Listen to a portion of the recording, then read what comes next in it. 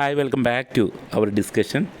ഇന്ന് നടന്നിട്ടുള്ള +2 പൊളിറ്റിക്കൽ സയൻസിൻ്റെ ക്വസ്റ്റ്യൻ പേപ്പർ ഡിസ്കഷനാണ്. ആൻസർ കീ വിത്ത് ഡീറ്റെയിൽഡ് ഡിസ്കഷനാണ്. ഫസ്റ്റ് പാർട്ട് വീഡിയോ ആണ്. ഇപ്പോൾ നമ്മൾ വിചാരിച്ചതുപോലെ തന്നെ മോഡൽ എക്സാം പോലൊക്കെ തന്നെ പരീക്ഷ വളരെ സിമ്പിളായിരുന്നു. അപ്പോൾ നമുക്ക് നേരിട്ട് ക്വസ്റ്റ്യനിലേക്ക് പോകാം. 1 മുതൽ 11 വരെയുള്ള ചോദ്യങ്ങളിൽ 16 മാർക്കിനാണ് ഉത്തരം എഴുതാനുള്ളത്. മാത്സ് ഫോളോയിങ്സും ഒക്കെ ഇതിൽ വരുന്നുണ്ട്. ആദ്യ തെരഞ്ഞെടുപ്പിൽ ഏറ്റവും കൂടുതൽ ലോക്സഭാ സീറ്റുകൾ നേടിയ രണ്ടാമത്തെ വലിയ party, the party won the second largest number of Lok Sabha in the first election. First നമുക്ക് എന്തായാലും ഉറപ്പാണ് ഏതാണ്, ഇന്ത്യൻ നാഷണൽ കോൺഗ്രസ് ആണ് എന്നുള്ളത് അറിയാം. ഇതിൻ്റെ ഉത്തരം എന്താണ്? സെക്കൻഡാണ് ചോദിച്ചിട്ടുള്ളത് അല്ലേ. ലോക്സഭാ സീറ്റിൽ രണ്ടാമത്തെ വലിയ പാർട്ടി ഏതാണ് എന്നുള്ളതാണ്. ലോക്സഭാ തെരഞ്ഞെടുപ്പിൽ രണ്ടാമത്തെ പാർട്ടിയാണ് ഇന്ത്യൻ കമ്മ്യൂണിസ്റ്റ് പാർട്ടിയാണ്. റൈറ്റ് ആയിട്ടുള്ള ആൻസർ. ഓക്കെ, റൈറ്റ് ആയിട്ടുള്ള answer Indian communist party. Garibi Hatao സിമ്പിളാണ്. ആരാണ് Garibi Hatao? The name the leader who is associated with slogan Garibi Hatao Indira Gandhi.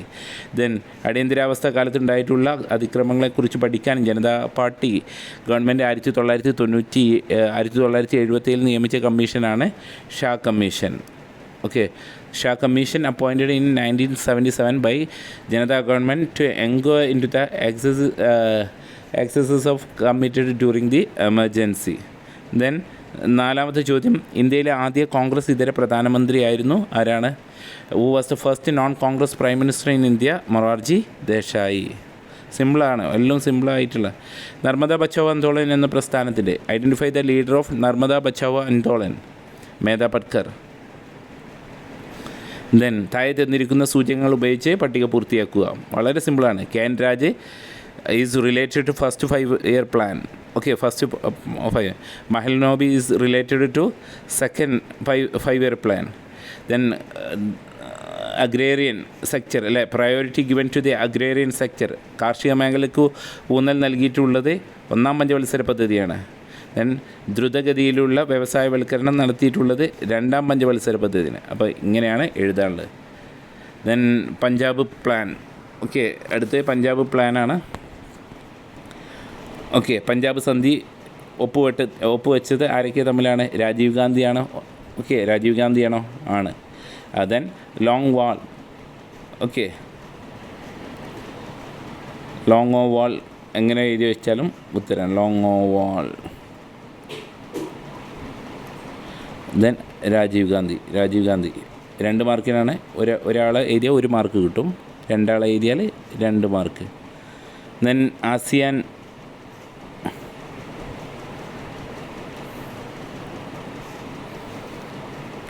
ആണ് 3 പില്ലേഴ്സ് ഓഫ് ആസിയാൻ. ഫസ്റ്റ് സുരക്ഷാ സമൂഹം, ദെൻ എക്കണോമിക് സമൂഹം അല്ലേ, സാമ്പത്തിക സമൂഹം.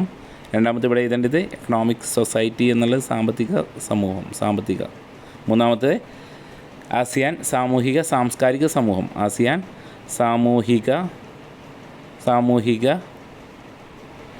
സാംസ്കാരിക സമൂഹം. Okay, ASEAN social and cultural society. Then 9ാമത്തിൻ്റെ ആൻസർ, UN സുരക്ഷാ സമിതിയിൽ 5 സ്ഥിരാംഗങ്ങളും 10 അസ്ഥിരാംഗങ്ങളും ഉണ്ട്. സിമ്പിളല്ലേ, ചേരുമ്പടി ചേർക്കുക.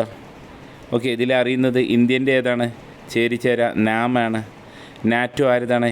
USAയുടേതാണ്. വോയ്സായി വേഴ്സ പാക്റ്റ് ആരുതാണ്? USSR ആണ്. 3 മാർക്ക് കിട്ടിയിട്ടുണ്ടാവും.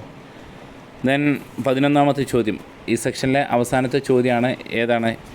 1ാം ഗൾഫ് യുദ്ധം, ഭീകരതയ്ക്കെതിരെയുള്ള യുദ്ധം, അതുപോലെ തന്നെ സെക്കൻഡ് ഗൾഫ് വാൾ, അതുപോലെ തന്നെ operation infinity reach. First Gulf വാർ